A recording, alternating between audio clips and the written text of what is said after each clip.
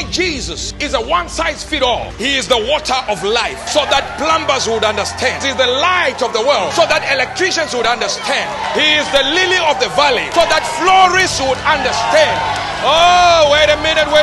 He is the truth, so that lying politicians will get him. He is the rock of ages, so that geologists will get him. He is the cornerstone, so that builders and construction managers will get him. He is the bread of life, so that bakers would understand. He is the bright and morning star. Those who deal with astrology can understand him. He is the pearl of great price, so that jewelers would understand. He is the door of life, so carpenters will get it. He said, my word is health, my pain, medicine, so that doctors and nurses would understand him.